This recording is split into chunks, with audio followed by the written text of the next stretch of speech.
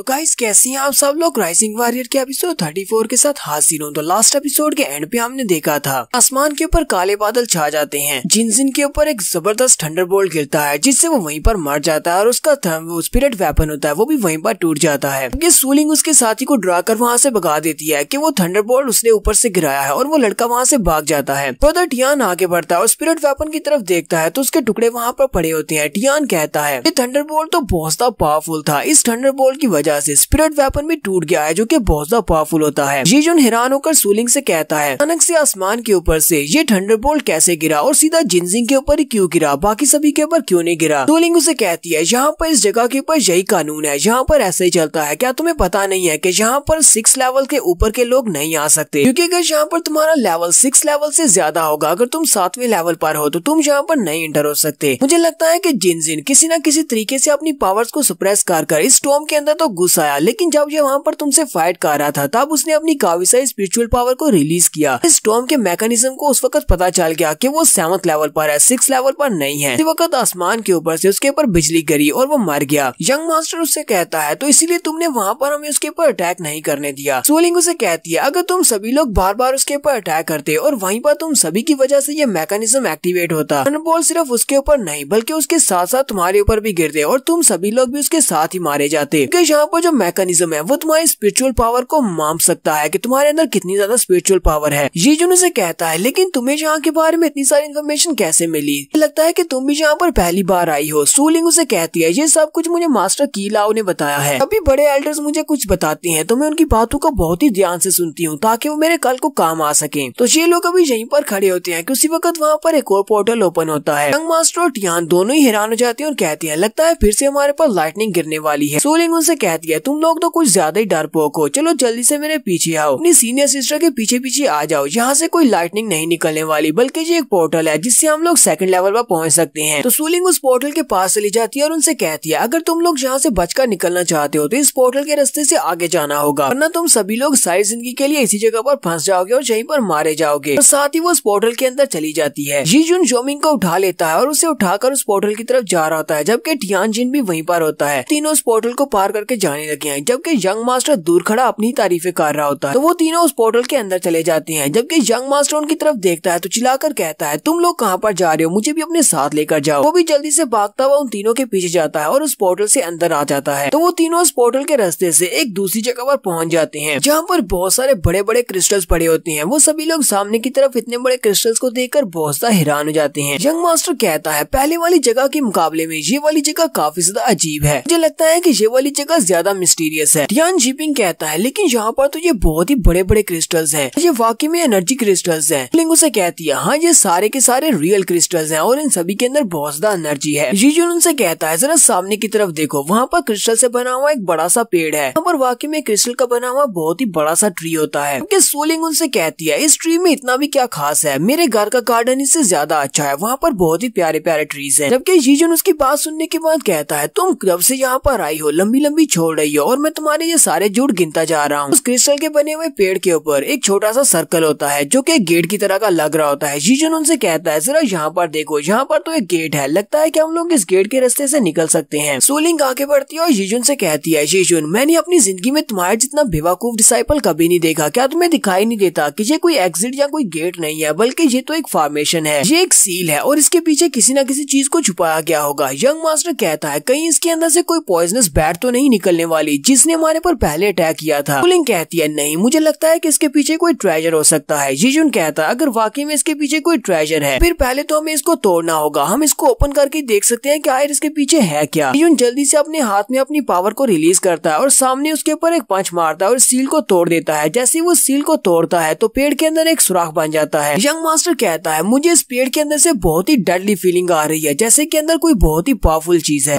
जीजुन उस पेड़ के ऊपर पंच मारने के बाद कहता है ये सील तो कुछ ज्यादा ही वीक है, या फिर मैं बहुत ज्यादा स्ट्रॉन्ग हो गया हूँ जो सिर्फ एक ही पंच के साथ इस सील को तोड़ दिया। साथ ही वो अपने हाथ को आगे करते हुए कहता है चलो मुझे देखने तो आखिर इस पेड़ के अंदर क्या है, और वो अपने हाथ को उस पेड़ के अंदर घुसा देता है। जैसे वो अपने हाथ को उस पेड़ के अंदर डालता है तो उस पेड़ के अंदर से पिंक कलर की थंडर लाइटनिंग निकलती है जो कि उसके हाथ के ऊपर लगती है और वो वहीं पर नीचे गिर जाता है, जोर जोर से चिल्लाना शुरू कर देता है। बाकी के सभी लोग मुझे देखकर बहुत ज्यादा हैरान हो जाते हैं, स्पेशली सूलिंग। वो चिल्लाकर उसे कहती है जीजुन तुम्हें क्या हुआ। वो भागती हुई आगे बढ़ती है और उसे कहती है अब अचानक यहाँ पर हुआ क्या तुम्हें उस पेड़ के अंदर से ठंडर इलेक्ट्रिसिटी का झटका लगा। बाकी के तीनों भी भागते हुए आगे बढ़ते हैं। जीजुन उसे कहता है परेशान होने की जरूरत नहीं है, मैं बिल्कुल ठीक हूँ, ये तो बस एक छोटा सा थंडर बोल्ट था जो कि मेरे हाथ के ऊपर गिरा है। शिवलिंग उसे कहती है क्या वाकई में एक थंडर बोल्ट था, लेकिन थंडर बोल्ट के साथ तुम मरे क्यों नहीं। जीजुन कहता हाँ ये तो काफी ज्यादा हैरान करने वाली बात है। वो उठकर खड़ा हो जाता है और कहता है मुझे ऐसा लगता है कि वो थंडर बोल्ट मेरी बॉडी के अंदर चला गया है और उसके मेरी बॉडी के अंदर जाने के बाद मेरी स्पिरिट पावर पहले से बहुत ज्यादा स्ट्रॉन्ग हो गई है। शिवलिंग उसे कहती है इस बात का क्या मतलब है कि तुम्हारी स्पिरिट पावर चेंज हो गई है, तुम बहुत ज्यादा पावरफुल हो गई है। जीजुन अपने हाथ को सामने की तरफ करते हुए सामने की तरफ अपनी पावर्स को रिलीज करता है तो उसके हाथ के अंदर से बहुत सारी पिंक कलर की थंडर बोल्ट्स निकलते हैं, सामने क्रिस्टल्स के ऊपर पड़ती हैं। वहाँ पर एक जबरदस्त धमाका होता है। जोमिंग और बाकी के सभी लोग जो देखकर बहुत ज्यादा हैरान होते हैं और कहते हैं अभी अभी इसने अपने हाथ से पिंक कलर के थंडर को निकाला है। शिवलिंग कहती है मुझे समझ आ गई, मुझे लगता है कि यहाँ पर से तुम्हें जो थंडर बोल्ट्स मिले हैं वो तुम्हारी बॉडी के अंदर ऐड हो गए हैं। तुम्हारी स्पिरिट पावर के साथ थंडर पावर भी मिल चुकी है, तुम यहाँ पर थंडर इलेक्ट्रिसिटी को यूज कर सकते हो। टियान जीपिंग भी ये बात सुनने के बाद बहुत ज्यादा हैरान होता है। शिवलिंग उसे कहती है तुम्हारे पास जो थंडर लाइटनिंग टेक्निक है वो पहले से बहुत ज्यादा इम्प्रूव हो जाएगी, अब तुम यहाँ पर थंडर बोल्ट्स को भी यूज कर सकते हो। यंग मास्टर भी उसकी बात सुनने के बाद कहता है क्या वाकई में यहाँ पर इसको थंडर बोल्ट्स की पावर मिल गई है। जीजुन भी यहाँ पर अपनी तारीफ करते हुए उनसे कहता है तो आज के बाद कभी भी मुझसे पंगा मत लेना, तुम में से जो भी मुझसे पंगा लेगा मैं अपनी थंडर बोल्ट्स के साथ उसे जलाकर राख कर दूंगा। जीजुन जहाँ पर डॉन चैनफेंग को ये सारी बातें सुना रहा था वो पीछे की तरफ मुड़ता है तो डॉन चैनफेंग वहाँ पर नहीं होता। वो जोमिंग से पूछता है वो कहाँ पर है। जोमिंग कहता है यंग मास्टर तो वहाँ पर है। वो सभी लोग पीछे की तरफ देखते हैं। यंग मास्टर भागता हुआ सीधा उस पेड़ के अंदर चला जाता है और वहीं पर अपना सर घुसाड़ कर वहाँ पर अंदर से ट्रेजर ढूंढने की कोशिश कर रहा होता है क्योंकि उसे भी वहाँ से थंडर लाइटनिंग चाहिए। जीजुन कहता है इसे लगता है कि ये वहाँ पर उस पेड़ के अंदर से मेरी तरह का ट्रेजर ले सकता है और इसके पास भी थंडर लाइटनिंग की पावर आ जाएगी। वो यंग मास्टर से कहता है वहाँ पर ढूंढना बेकार है क्योंकि मुझे वहाँ से जो खजाना मिलना था वो तो मिल चुका है, अब तुम्हें कुछ नहीं मिलेगा। जबकि यंग मास्टर वहाँ से एक छोटा सा लकड़ी का बैच निकालता है और उसे कहता है तुम्हारी वो थंडर वाली पावर किसको चाहिए, जबकि मेरे हाथ में ये चीज लगी है, मुझे तुमसे भी ज्यादा अच्छी चीज मिली है। जल्दी से उस लकड़ी के बैच को बाहर निकाल कर उसके सामने कर देता है। जीजुन उसे कहता है ये तो बस एक लकड़ी का छोटा सा बैच है,